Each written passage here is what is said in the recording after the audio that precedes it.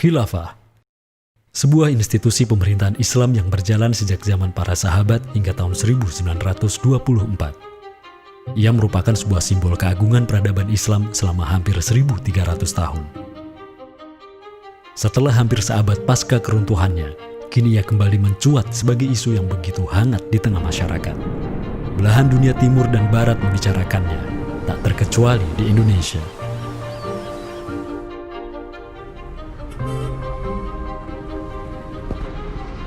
Perdebatan tentang khilafah tak terhindarkan. Apakah ia pantas diterima atau tidak di zaman modern saat ini? Kita tahu khilafah atau kehilafahan Islam itu di Nusantara bukan hal yang baru. Ya, sudah ada hubungan relasi antara kesultanan-kesultanan dan kerajaan Islam Nusantara dengan kehilafahan di Turki Utsmani atau wilayah Arab secara keseluruhan itu sejak abad ke-7.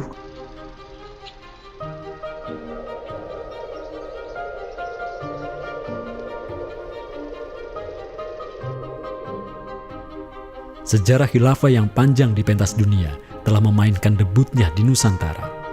Islam yang diemban para punggawanya telah menjadikan Nusantara jaya dan menjadi sumber utama perlawanan terhadap para penjajah. Inilah kisah tentang Nusantara dan jalinannya dengan sang negara adidaya. Inilah kisah tentang khilafah yang menjadikan rakyat Nusantara sebagai satu umat dengan Muslim sedunia. Inilah kisah tentang jejak khilafah di Nusantara.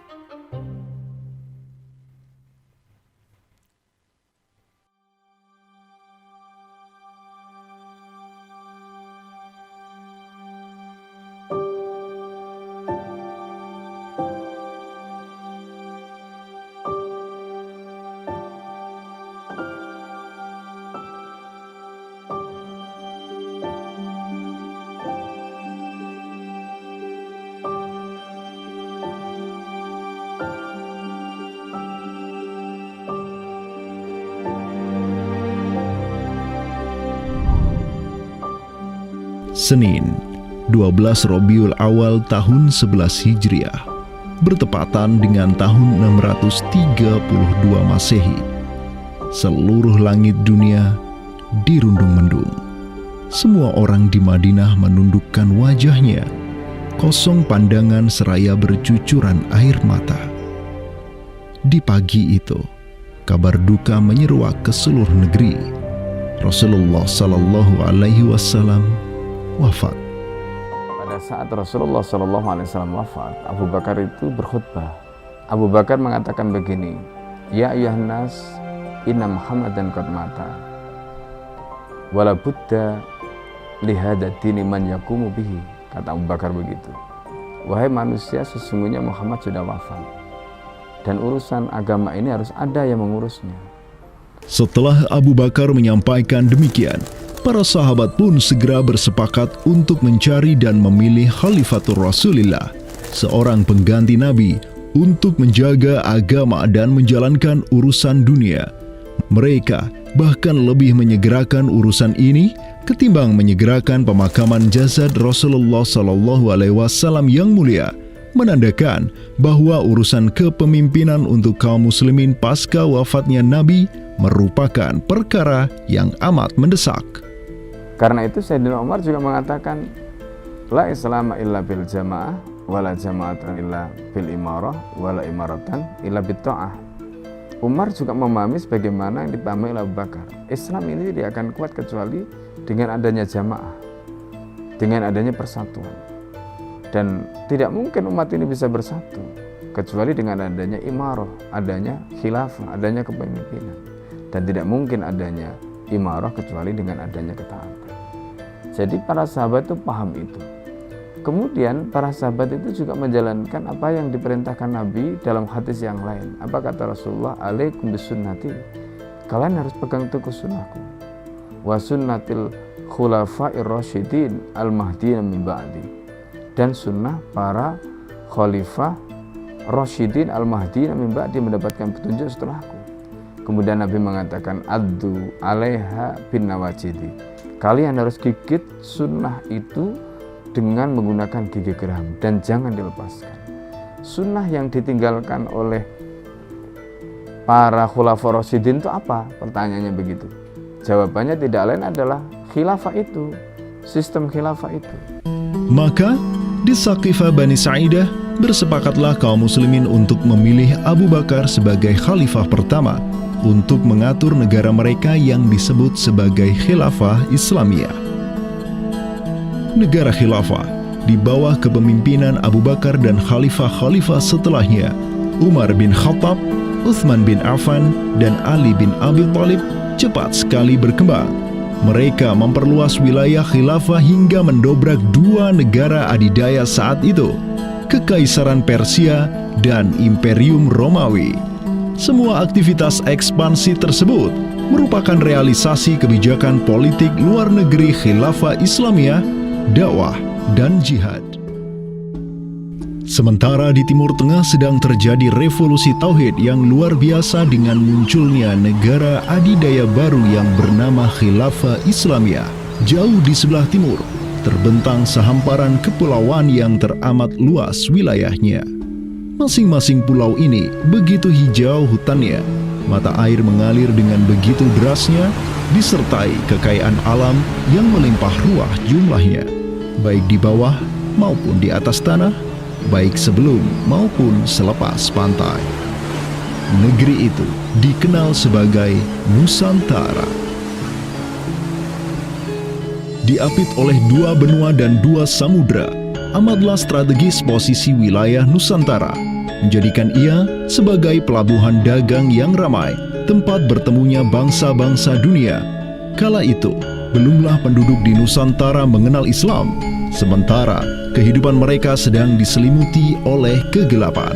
Namun, tatkala Islam sedang membara di Timur Tengah, tentu sampailah pengaruhnya ke Nusantara.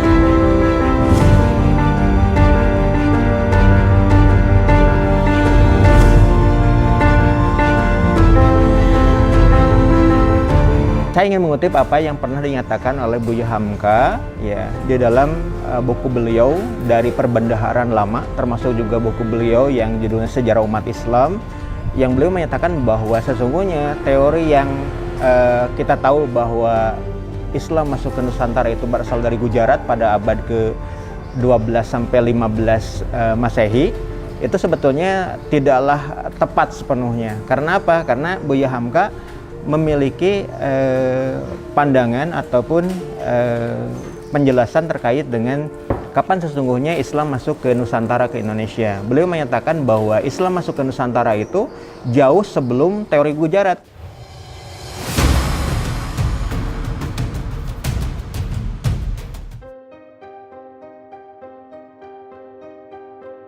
Di bawah pemerintahan Khulafaur Rasyidin yang wilayahnya membentang dari Afrika Utara sampai Persia, perdagangan kaum muslimin berkembang pesat dengan dikuasainya pelabuhan-pelabuhan strategis di Samudra Hindia. Hubungan diplomatik dan komersial pun terjalin dengan sejumlah kerajaan dari India sampai Cina. Sui Tangshu, sebuah kronik kuno dari dinasti Tang di Cina mencatat, telah datang serombongan utusan khilafah ke hadapan penguasa Cina di tahun 651 Masehi, di mana tahun tersebut merupakan masa Khalifah Utsman bin Affan. Hubungan khilafah dengan dunia timur terus berlanjut sampai di mana khilafah beralih ke pemimpinannya di bawah otoritas Bani Umayyah. Apabila hubungan negara khilafah dengan kekaisaran Cina sudah terjalin sejak masa Khulafaur Rasyidin melalui jalur laut, tentulah utusan khilafah akan melalui wilayah Nusantara yang menjadi penghubung antara Timur Tengah dan Asia Timur. Dan di ujung paling barat wilayah Nusantara, terdapat pulau besar yang kala itu dikenal oleh bangsa Arab sebagai Sribuza, pelafalan mereka untuk menyebut kerajaan Sriwijaya. Pelabuhan-pelabuhan di kerajaan Sriwijaya senantiasa menjadi titik transit setiap kapal yang hendak melanjutkan perjalanannya. Tentu, penguasa Sriwijaya akan menyadari keberadaan pelayar-pelayar muslim yang singgah di wilayah kekuasaannya.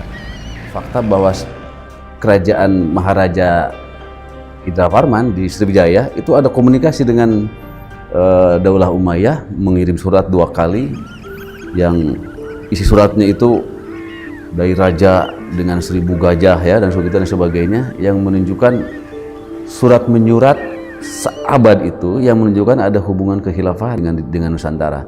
Dan secara historis ya sangat logis ketika itu superpower dunia adalah khilafah. Surat yang dikirim oleh Maharaja Sri Indrawarman dari Sriwijaya tersebut dialamatkan ke Damaskus, ibu kota Khilafah Umayyah yang saat itu dipimpin oleh Khalifah Umar bin Abdul Aziz. Dalam surat itu disebutkan, min malikil amlak alladhi huwa ibnu alfi malik walladhi tahtahu bintu alfi malik walladhi fi marudatihi alfu filin walladhi lahu nahrani yumbitani al-auda wal-allawha wal-jawza wal-kafura alladhi yujadu rihuhu ala masirati 12 milan ila malikil arab alladhi la yushriku billahi syai'an. Amma ba'du, fa inni qad ba'athtu ilaika bihadiyatin wa ma hiya bihadiyatin walakinnaha tahiyatun wa ahbabtu an tab'atha ilayya rajulan yu'allimuni al-islama wa yuwaqqifuni ala hududihi wassalam. Maka di bawah kepemimpinan sang Khalifah Umar bin Abdul Aziz, khilafah menyebarkan rahmatan lil alamin ke segala penjuru dunia, termasuk Nusantara.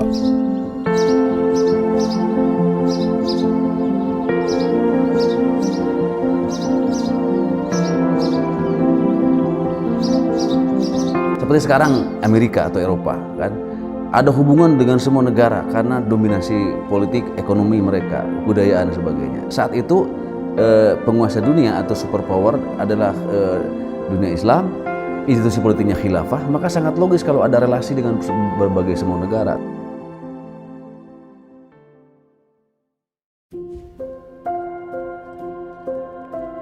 Tahun 1258, dari arah timur datanglah segerombolan pasukan yang mengerikan.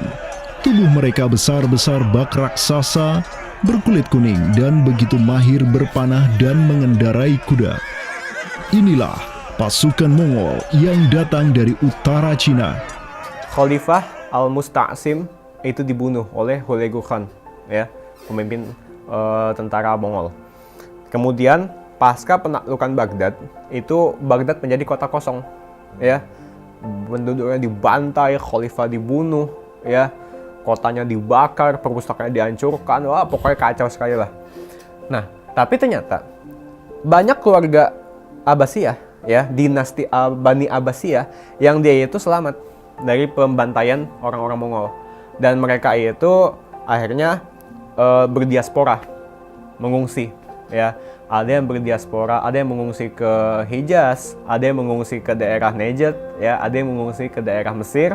Ada satu keturunan Abbasiyah, Bani Abbasiyah, yang dia itu mengungsi sampai ke Aceh, gitu. Di mana Aceh itu dulu, ya, negara yang berkuasa di sana adalah Samudra Pasai.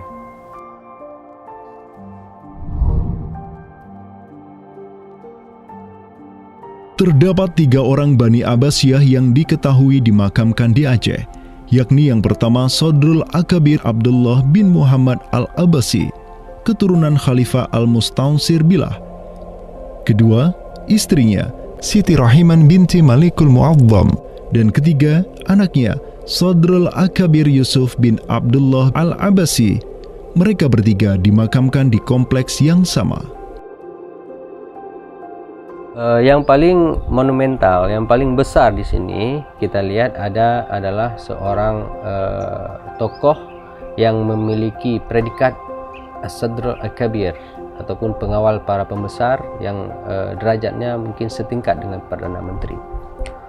Beliau bernama Abdullah bin Muhammad bin Abdul Qadir bin Abdul Aziz bin Al-Mansur Abi Ja'far Al-Abbasi, yang mana genetika beliau yang daripada Al-Mansur ini sendiri yang merupakan kakek buyut daripada Abdullah ini adalah seorang khalifah dari Bani Abbasiyah.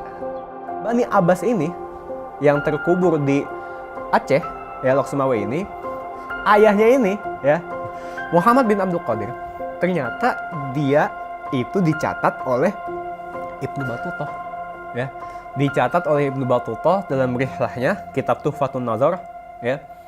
Nah, dia itu ayahnya Abdullah bin Muhammad Sodrul Akabir yang di Pasai itu menjadi gubernur, ya, menjadi gubernur di mana, di daerah India gitu, dicatat oleh Ibnu Battuta gitu, ya.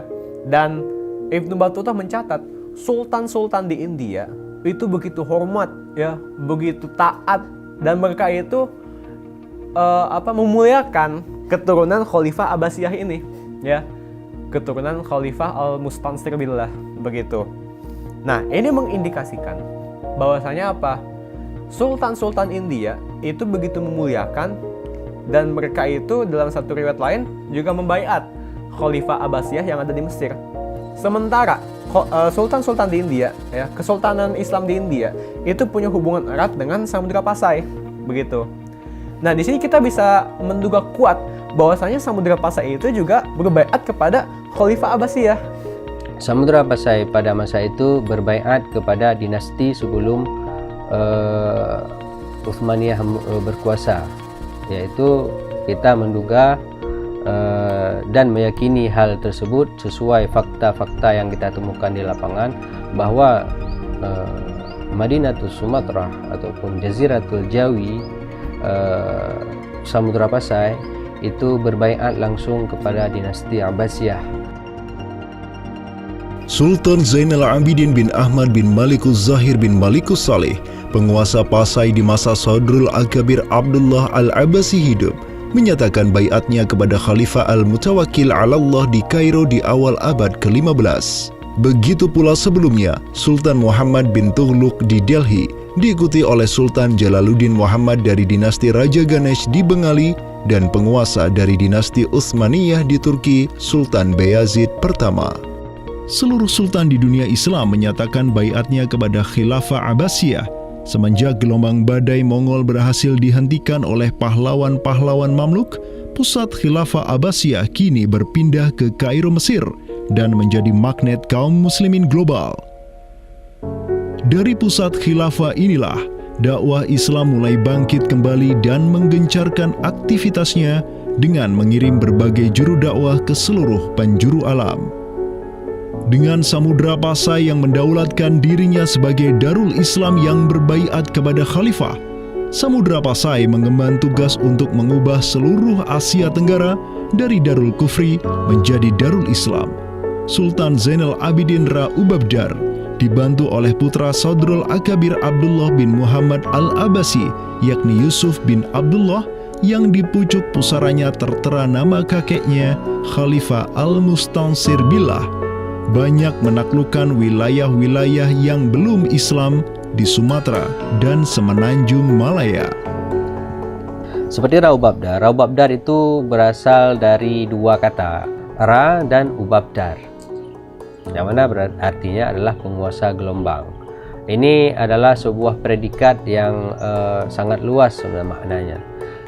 Sesuai dengan masa yang ditorehkan pada waktu tersebut, bahwa Sultan Zainal Abidin Ra Ubabdar bin Ahmad bin Muhammad bin Al-Malik Al-Salih ini adalah salah satu masa kegemilangan Samudra Pasai, yang mana kita ketahui setelah masa tersebut yang memimpin Kesultanan Sumatera adalah anak keturunan daripada beliau ini, yang jumlahnya sampai 11 orang sultan. Bergerak dan terus bergerak itu meluaskan dakwah Islamnya sampai ke pulau-pulau. Itu masa Zainal Abidin Ra Ubabdar, terutama penakluk gelombang yang dijuluki beliau itu melebarkan sayap itu sampai ke seluruh Asia Tenggara. Digelarilah Sultan Zainal Abidin Pasai dengan sebutan Ra Ubabdar, bahasa Persia untuk gelar sang penakluk gelombang, karena dengan arungan pasukannya yang luar biasa di atas gelombang laut Nusantara, ia membuka banyak sekali wilayah, seperti Malaka misalnya, di mana di sanalah Sultan Zainal Abidin Ra Ubabdar menempatkan putranya Sultan Mansur sebagai penguasa Darul Islam Malaka. Kesultanan Samudra Pasai banyak pula mengirimkan juru dakwahnya untuk meminta penguasa-penguasa Nusantara lain agar menerima Islam. Salah satu juru dakwah tersebut dikirim ke Jawa Timur, pusat pemerintahan rezim yang mendominasi wilayah Nusantara saat itu, Kerajaan Majapahit.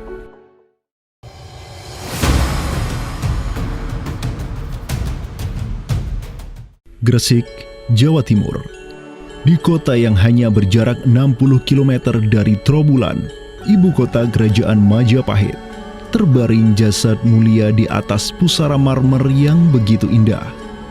Inilah kubur seseorang yang menginisiasi tegaknya Islam di tanah Jawa, Maulana Malik Ibrahim, yang kemudian dikenal sebagai Sunan Gresik. Malik Ibrahim adalah seorang yang berkedudukan tinggi di lingkaran kuasa Samudra Pasai, terlihat dari gelarnya yang bertajuk Umdatus Salatin wal Wuzara, pondasi para sultan dan wazir, di mana gelar tersebut adalah gelar untuk wakil Sultan Samudra Pasai sebagaimana yang dicatat oleh Ibnu Battuta. Gelarnya yang lain seperti Burhanud Daulah Waddin, penerang negara dan agama, adalah gelar yang disematkan kepadanya selayaknya gelar-gelar yang diberikan Khilafah Abbasiyah kepada pejabat-pejabat penting daulah, sebuah gelar yang begitu politis sekaligus agamis.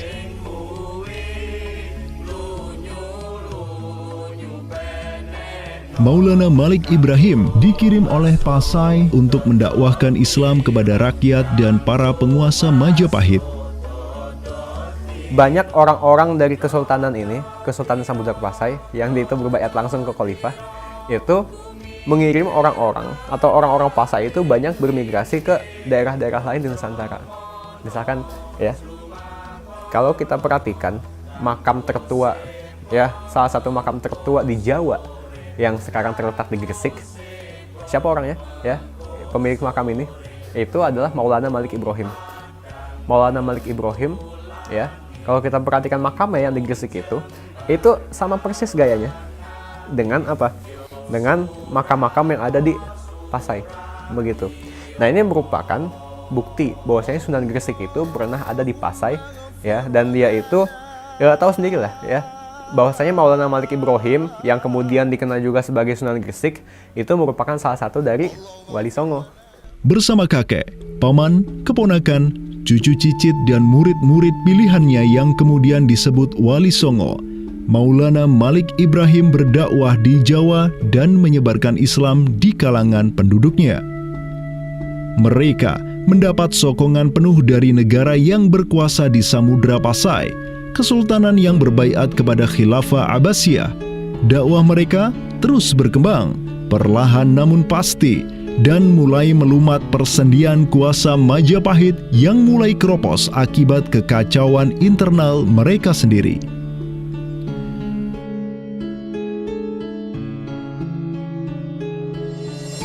Para Wali Songo juga dihormati karena sebagian besar dari mereka menyandang status sebagai keturunan Nabi melalui jalur Husain bin Abi Thalib yang terus turun-temurun kepada Muhammad Sahib Marbal, turun lagi ke Alawi sampai ke Imam Jamaluddin Al-Husaini yang dikenal juga sebagai Syekh Maulana Jumadil Kubra, yang dari dialah para Wali Songo lahir sebagai anak-anaknya.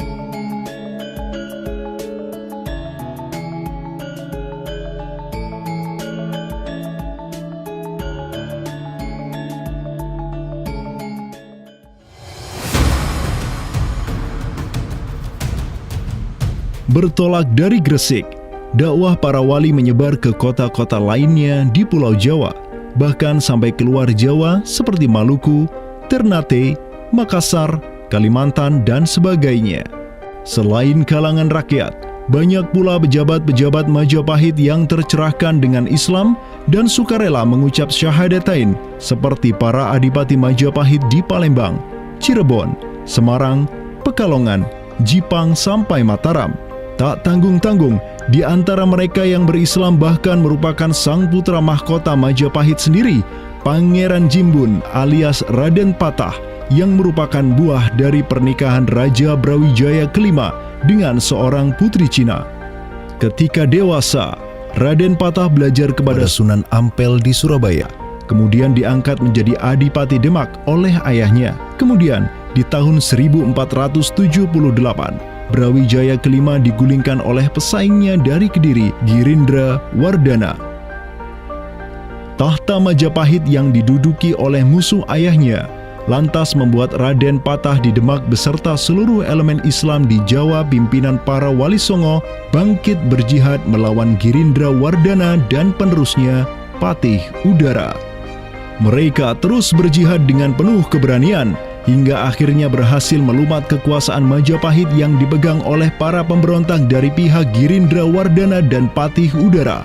Kaum muslimin pun meraih kemenangan hingga akhirnya mereka berhasil memproklamirkan berdirinya sebuah daulah Islam pertama di tanah Jawa, Kesultanan Demak, pada tahun 1482.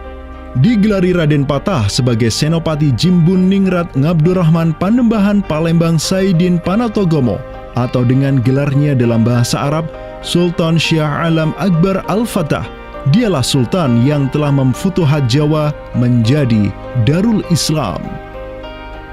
Dengan berdirinya Demak sebagai daulah Islam pertama yang berdaulat di tanah Jawa, bertambahlah kuat bargaining politik Islam di kawasan Nusantara bersama-sama dengan Kesultanan Samudra Pasai di Sumatera, Kesultanan Malaka di Semenanjung Malaya, Kesultanan Brunei di Borneo, Kesultanan Sulu di Filipina, begitu pula Sultan pertama di Ternate, Sultan Zainal Abidin, yang pernah menimba ilmu ke Jawa di bawah bimbingan Sunan Giri. Dalam rentang abad yang bersamaan, kemenangan daulah Islam di kawasan Nusantara juga diiringi dengan penaklukan Konstantinopel, ibu kota Romawi Timur, oleh salah seorang sultan dari Bani Uthmaniyah, Muhammad Al-Fatih. Penaklukan Konstantinopel sekaligus menandakan tamatnya riwayat Imperium Romawi Timur untuk selama-lamanya. Penaklukan Konstantinopel pada tahun 1453 oleh Muhammad Al-Fatih, sang Sultanur Rum, merupakan realisasi dari janji yang telah terucap ratusan tahun sebelumnya oleh lisan mulia sang Sayyidul Mustafa, Rasulullah Muhammad Sallallahu Alaihi Wasallam. Sungguh, Konstantinopel akan benar-benar ditaklukkan. Sebaik-baik pemimpin adalah pemimpin yang berhasil menaklukkan Konstantinopel, dan sebaik-baik pasukan adalah pasukan yang menyertainya. Dengan dikdayanya kuasa Islam di tanah Rum, menjadikan para penguasa Uthmaniyah mempunyai citra istimewa di kalangan rakyat Nusantara.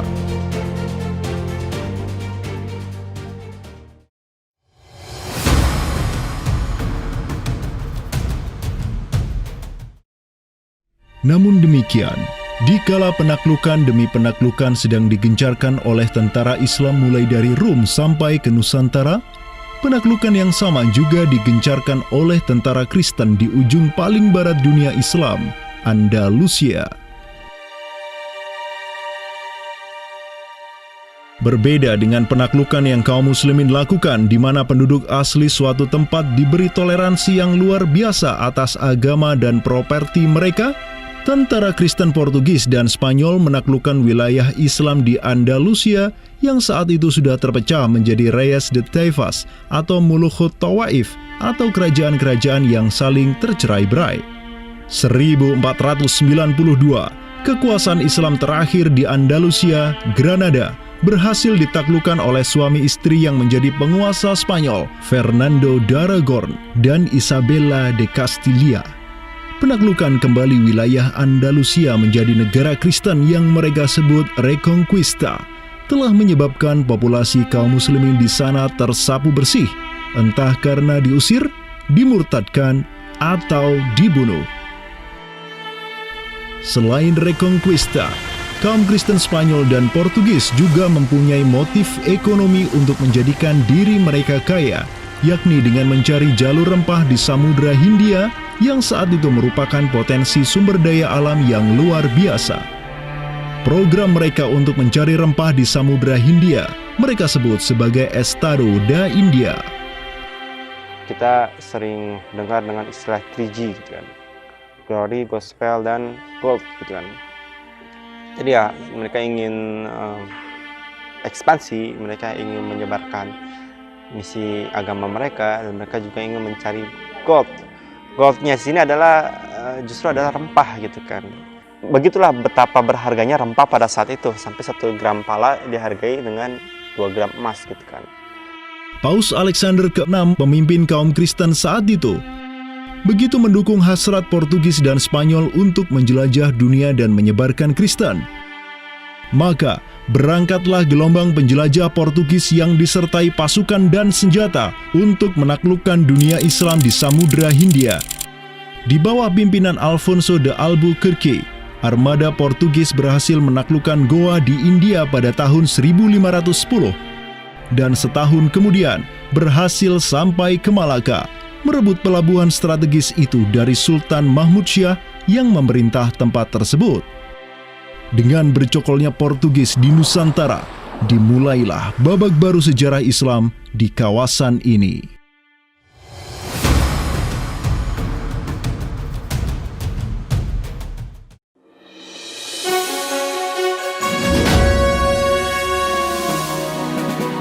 Sementara di Nusantara tengah berlangsung gejolak dengan hadirnya Portugis yang berpusat di Malaka.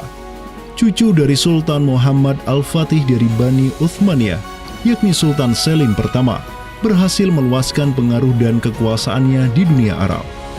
Pada tahun 1517, beliau berhasil merebut Suriah, Mesir, dan Hijaz dari kepenguasaan kaum Mamluk. Khalifah Al-Mutawakkil 'alallah ketiga dari Bani Abbasiyah beserta Syarif di Makkah kini menyerahkan kepemimpinan umat Islam sedunia dan pelayanan 2 kota suci kepada Sultan Salim pertama, penguasa Uthmaniyah yang bukanlah mereka berdarah Arab. Perlu dicatat bahwa penjelasan tentang Al-A'immatu fi Quraisyin itu, kalau kita merujuk kepada kitab Ar-Rawdah, Rawdatul Talibin wa Umdatul Muftiin, memang ada hal yang menarik di sini. Di satu sisi ada mengatakan bahwa syarat khalifah itu harus Quraisy.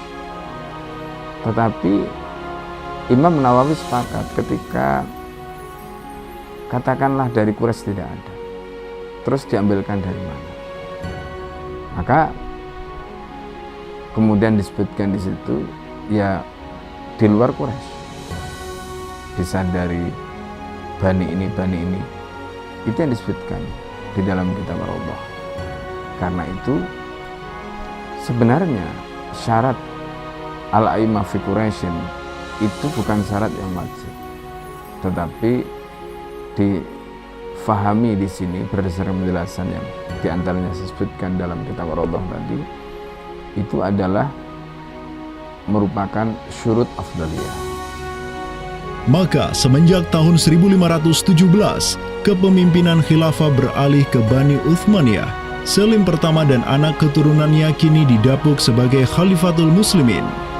Amirul Mukminin, Khadimul Haramain, Al-Ghazi fil Bahraini wal Bahraini, Zilullah fil Alam, Padisyah wa Khilafat Penah. Wilayah khilafah Uthmaniyah terus merangsek Eropa, dan merekalah yang menguasai Laut Mediterania dan juga Laut Merah. Adapun Portugis yang bercokol di Samudra Hindia mulai ketakutan karenanya. Karena dengan munculnya khilafah Uthmaniyah sebagai negara Islam yang adidaya, solidaritas Muslim sedunia akan bangkit kembali karena memiliki perisai kuat di sisinya. Ini erat kaitannya dengan hubungan dengan negeri kita, karena keimanan yang kemudian merekatkan ya dengan semangat akidah Islamiyah, semangat ukhuwah Islamiyah, menjadikan umat Muslim yang ada di Timur Tengah dengan umat Muslim yang ada di Nusantara Indonesia itu terjalin hubungan yang sangat erat. Karena kita tahu bahwa ada ayat Allah Subhanahu wa Ta'ala yang menyatakan innamal mu'minuna ikhwah. Sesungguhnya orang-orang beriman itu adalah saudara. Ketika ada saudara mukmin yang terzalimi, maka saudara mukmin yang lain itu punya kewajiban untuk membela. Demikian pula ketika Muslimin Nusantara itu terzalimi dengan adanya penjajahan, dengan adanya imperialisme yang dilangsungkan oleh orang-orang kafir penjajah, baik itu oleh Portugis, Spanyol, Inggris, Perancis ataupun Belanda. Ya. Maka kemudian Muslim yang ada di Timur Tengah yang pada waktu itu masih memiliki kepemimpinan yang tunggal untuk seluruh dunia, yaitu khalifah, itu juga turut ya memperhatikan, turut mendukung, turut memperjuangkan pembebasan ataupun kemerdekaan bagi bangsa Muslim Nusantara. Kenapa? Ini semangat jihad di antara kaum Muslim yang dihubungkan dengan semangat keimanan atau akidah Islamiyah tadi. Kenapa? Yang namanya mukmin itu adalah kal jasadil wahid, ya, satu tubuh. Ketika bagian tubuh yang lain itu teraniaya, maka tubuh yang lain pun punya kewajiban untuk membelanya ataupun juga ikut merasakan penderitaan yang dialami oleh bagian tubuh kaum Muslim yang lain. Semenjak Portugis berhasil menancapkan kukunya di India dan Malaka, tidak hanya dua wilayah tersebut yang ditimpa petaka, namun juga hampir seluruh kesultanan di Samudra Hindia dan Nusantara. Sultan dari Samudra Pasai kala itu, Zainal Abidin bin Mahmud bin Zainal Abidin Ra Ubabdar, yang mendaulatkan dirinya sebagai Al-Qaim tahta Amri Rabbil Alamin, orang yang berdiri di bawah perintah Tuhan semesta alam, mengirim surat kepada Portugis di Malaka untuk menggugat kelakuan mereka yang sangat merugikan kaum muslimin di kawasan. Namun apalah daya, Sultan Zainal Abidin yang ini kemudian dikenal sebagai penguasa terakhir Pasai karena setelah ia wafat pada tahun 1517, bala tentara Portugis datang ke Pasai dan menaklukkan Kesultanan Islam pertama di Nusantara itu dengan penuh tipu daya. Tak hanya Pasai yang berhasil ditiadakan, Portugis juga mampu menahan serangan pasukan Islam dari Demak sampai Sultannya Patiunus bin Raden Patah syahid di Lumat Muntahan Meriam Portugis pada tahun 1521. Dengan diplomasinya yang culas, Portugis juga menjalin kerjasama dengan kerajaan Pajajaran di Jawa Barat pada tahun 1522. 2 tahun berikutnya, kota Blambangan, Panarukan, dan Kediri yang masih menjadi basis kekuatan Hindu di Jawa menawarkan kerjasama dengan Portugis. Maka, Portugis banyak sekali mendapat aliansi sesama kafir yang berada di berbagai wilayah di Nusantara untuk bersatu padu menghantam kekuatan politik Islam yang baru tumbuh di Pulau Jawa. Bahkan di Maluku pun Portugis berhasil menancapkan kuasanya semenjak tahun 1536. Berkaca pada kelakuan Portugis yang memerangi umat Islam di Samudra Hindia dan Nusantara, Sultan Sulaiman Al-Qanuni, sang Khalifah Uthmaniyah yang berkuasa sejak tahun 1520, menyatakan peperangan terbuka kepada penguasa Portugis yang berkedudukan di Lisbon, Dom Sebastião. Telah dilaporkan kepada saya bahwa jamaah haji dan para pedagang muslim yang datang dari India melalui laut telah dianiaya. Jika engkau masih membangkang, maka dengan bantuan Allah yang Maha Agung, kami akan melakukan segala yang diperlukan untuk memulihkan ketertiban di negeri-negeri itu, dan tiada guna lagi bagi engkau untuk memprotesnya.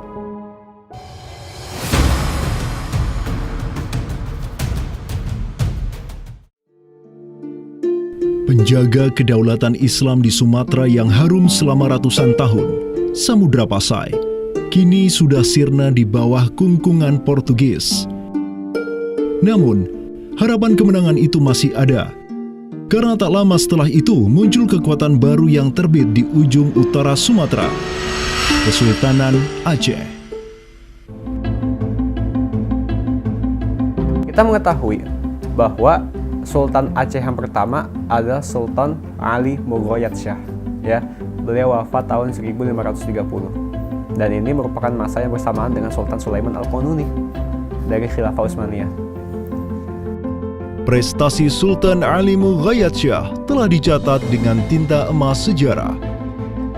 Kegemilangan Sultan Aceh pertama itulah yang direkam oleh salah seorang ulama besar dunia Islam, Syekh Ahmad Zainuddin Asy-Syafi'i Al-Malibari, yang merupakan murid dari ulama tersohor Ibnu Hajar Al-Haytami. Dalam kitabnya Tuhfatul Mujahidin fi Ba'di Akhbaril Burtukaliyin, Syekh Zainuddin Asy-Syafi'i menulis, dan mereka orang-orang Portugis. Semoga Allah mengalahkan mereka, mendatangkan berbagai barang dari negeri-negeri yang jauh. Mereka menjadi ramai dan bertambah banyak di kawasan.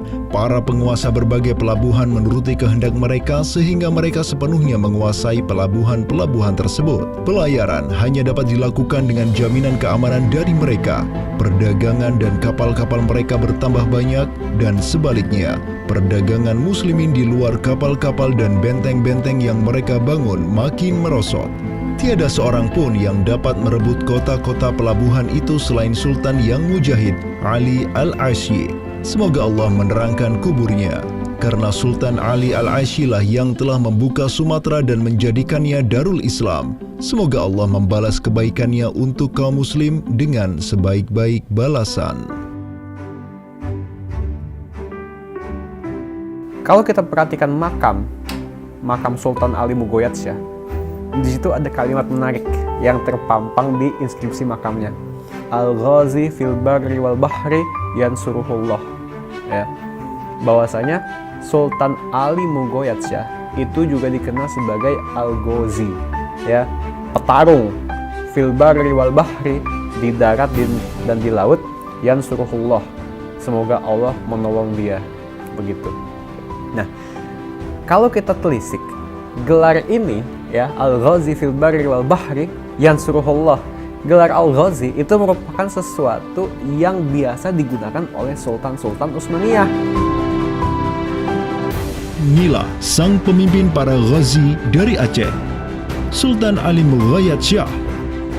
Ialah yang menyatukan berbagai pemimpin lokal di Nanggro dan menjadikannya sebagai satu kekuatan tempur yang dipenuhi keimanan dan ketakwaan kepada Allah. Sebenarnya yang bergelora di masyarakat Aceh ini itu jihad fisabilillah, ya, atas nama Islam.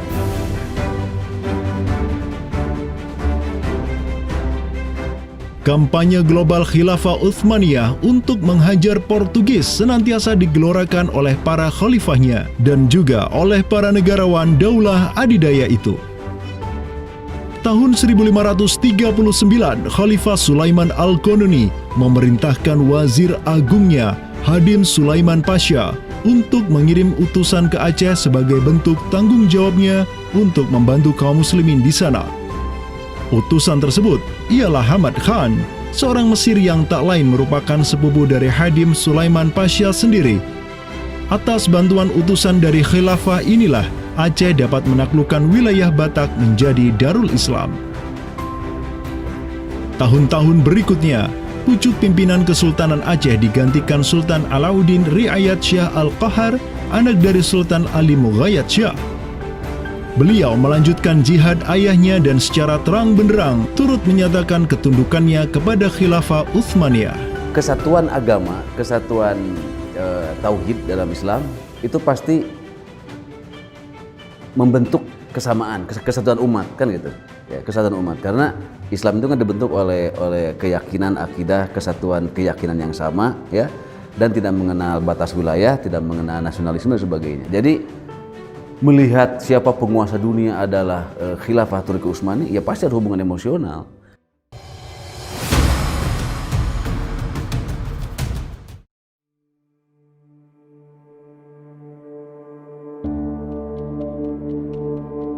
Pada tahun 1566, Sultan Alauddin Riayat Syah Al-Qahar mengirim surat ke Istanbul. Dan pada baris ke-69 sampai ke-71, Sultan Aceh ini menyatakan baiatnya kepada Khalifah Sulaiman Al-Qanuni. Dengan bersungguh-sungguh, kami meminta agar Padishah atau Khalifah tidak lagi memandang saya, hambanya di tanah Aceh ini, sebagai penguasa yang independen, melainkan sudi menerima saya sebagai hambanya yang miskin dan rendah, yang dapat berkuasa berkat kemurahan hati Sang Padishah, Sang Pelindung dunia, naungan Allah di muka bumi, dengan jalan yang tiada berbeda dari gubernur Mesir, Yaman, atau para bey di Jeddah dan Aden. Sultan Selim II tatkala mendengar, ya, membaca surat dari Aceh ini, di mana surat Aceh ini itu selain memberikan baiat, dia itu juga meminta pertolongan kepada Khalifah Amirul Mukminin sebagai pelindung dunia Islam global agar mengirim sejumlah persenjataan ya, kapal perang, ahli-ahli militer ya kemana? Ke Aceh untuk menghadapi Portugis yang saat itu sedang menguasai Selat Malaka. Begitu. Nah, akhirnya apa? Bahkan Sultan Selim kedua itu menyebutkan ya Aceh itu sebagai wilayati Aceh ya. Wilayat itu asal katanya dari bahasa Arab, wilayah. Wilayah itu kalau dalam istilah tata negara Islam ya merupakan provinsi gitu. Jadi di sini ya Sultan Selim kedua Khalifah Utsmani ini menyebut Aceh itu sebagai provinsi, wilayati Aceh, atau dalam arsip yang lain disebut wilayatul Hind ya. Kemudian kalau dari segi kerjasama militer ya, itu dengan ditandai dengan pengiriman artileri perang yang cukup luar biasa, yang bahkan sampai yang namanya meriam-meriam monster dalam meriam penghancur, dan kemudian tim ahli pembuat meriam yang dikirimkan dari Turki ke Aceh Darussalam. Tapi ya qadarullah ternyata saat itu terjadi pemberontakan di daerah Yaman ya. Pasukan-pasukan yang seyogyanya dikirim ke Aceh itu dialihkan ke Yaman ya. Walaupun dialihkan ke Yaman untuk memadamkan pemberontakan di sana, tapi tatkala pemberontakan itu selesai, apakah misi ke Aceh itu tetap berlanjut? Lanjut ya. Tetap berlanjut. Nah, akhirnya sejarah mencatat bahwasanya ada 2 kapal galeon ya, 2 kapal perang besar yang dimana isinya merupakan perwira-perwira ahli militer dari Utsmaniyah dikirim ke Sultan Alauddin Riayat Shah Al-Qahar ya. Nah, dan ini ya menurut Profesor Amirul Hadi ya jumlahnya 400 ya. Janissaries, tentara elit Utsmaniyah, dikirim ke Aceh.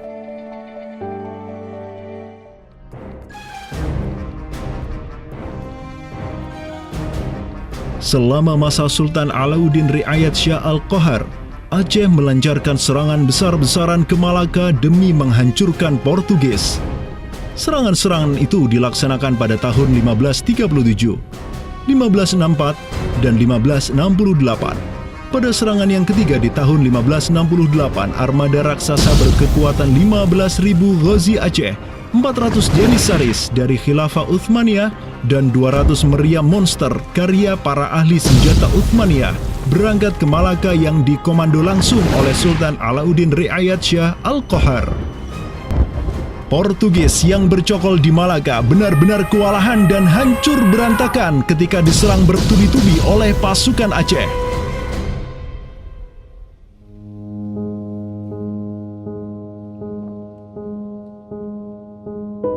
Walau demikian, Portugis berhasil bertahan karena dibantu oleh sekutu-sekutunya dari Johor dan Kedah. Banyak korban yang berjatuhan baik dari pihak Aceh maupun pihak Portugis. Begitu pula ada beberapa Janissaries Utsmaniyah yang turut gugur dalam jihadnya di kawasan Nusantara ini.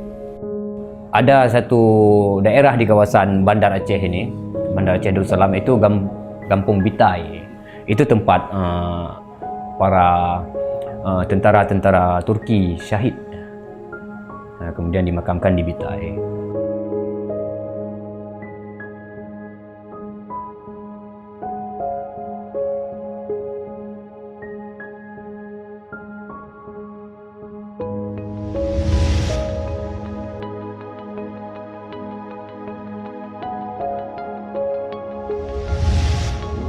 Mungkin kita melihat juga dari segi numismatik atau mata uangnya, banyak sekali dirham-dirham Turki Utsmani kita temukan di sini.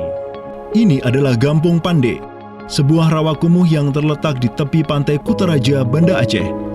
Semenjak tahun 2006, tempat ini sudah dijadikan sebagai tempat pembuangan akhir untuk sampah dan tinja.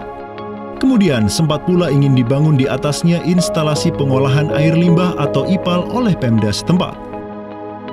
Namun siapa sangka, di tempat yang nasibnya begitu menyedihkan hari ini, di tahun 2013 lalu, telah ditemukan tidak kurang dari 6.000 keping dinar dan dirham yang dicetak oleh Khilafah Utsmaniyah dan Kesultanan Aceh. Dari Sultan Sulaiman Al-Qanuni kita temukan di sini. Kemudian Sultan Murad juga kita temukan di sini. Gampung Pandey yang merupakan salah satu kawasan Islam tertua di Aceh, di mana di sanalah terdapat ribuan makam tokoh-tokoh penting Islam yang datang dari seluruh penjuru negeri. Dan beginilah nasibnya sekarang, terhinakan oleh orang-orang yang melupakan sejarah besarnya, tak tersentuh oleh peradaban modern yang durhaka kepada sejarah Islamnya. Walau demikian, kenangan tentang mereka takkan pernah hilang dan akan terus teringat oleh anak cucu kita. Mereka akan terus mengingat bahwa orang tua kita dahulu, para penguasa kita yang soleh dulu, pernah menyatakan baiatnya kepada Amirul Mukminin, khalifahnya umat Rasulullah Sallallahu Alaihi Wasallam. Inilah kubur orang yang dirahmati lagi diampuni. Dialah Al-Ghazi, sang petarung di jalan Tuhan semesta alam, penentang kaum kafir dan musyrikin, pecinta kaum fakir dan miskin, Sultan Alauddin Riayat Syah, naungan Allah di muka bumi, putra Sultan Ali Mughayat Syah. Semoga Allah menyiramkan rahmat ke atas pusaranya dan menjadikan surga tempat kediamannya.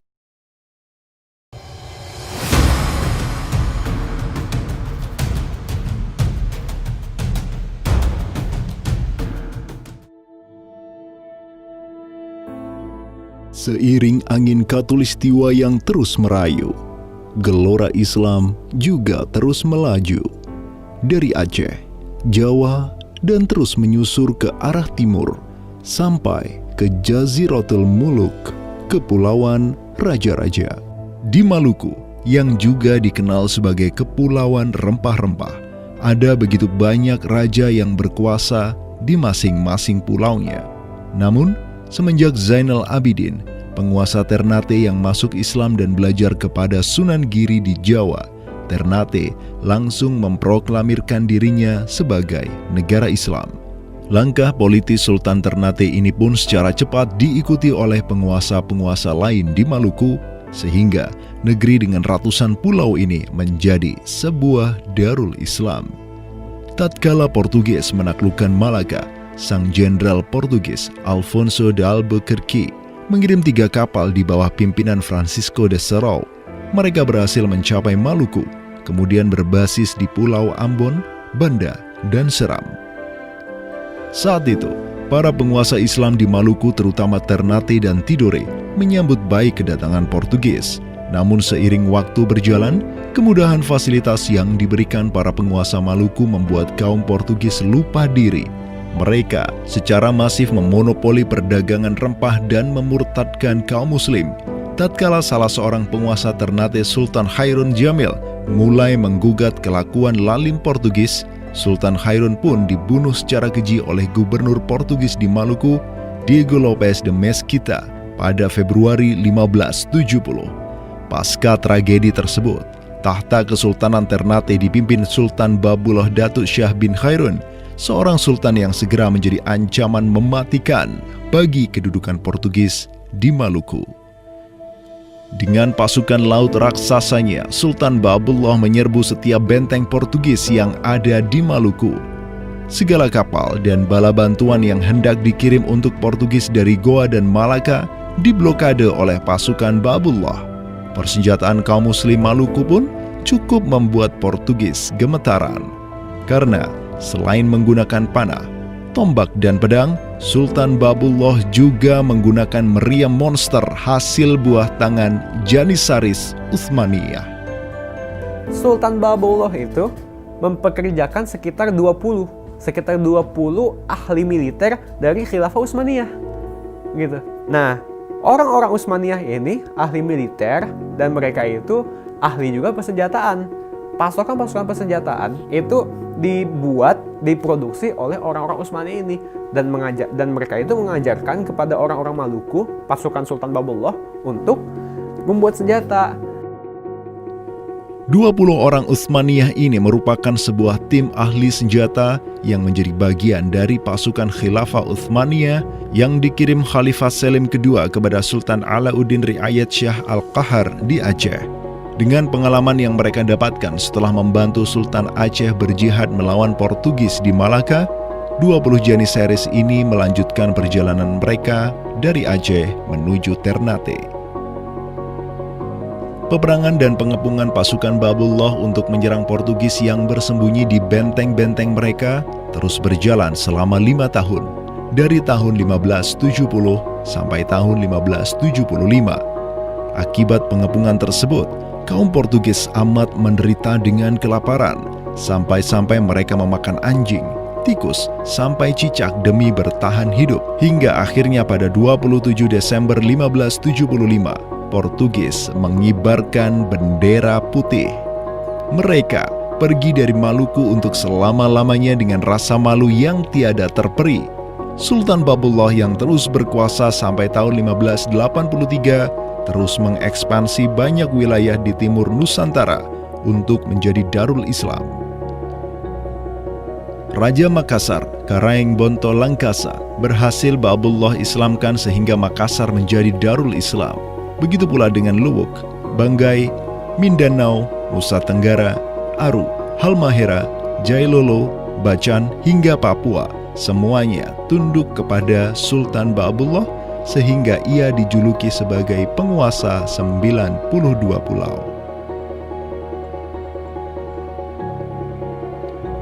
Dengan prestasi yang demikian luar biasa, tentu Babullah tidak berdiri sendiri. Ada ikatan solidaritas dengan sultan-sultan Aceh, Jawa, sampai Filipina.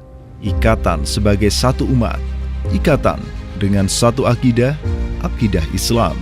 Ikatan dengan satu semangat, semangat jihad. Dan ikatan dengan satu kepemimpinan.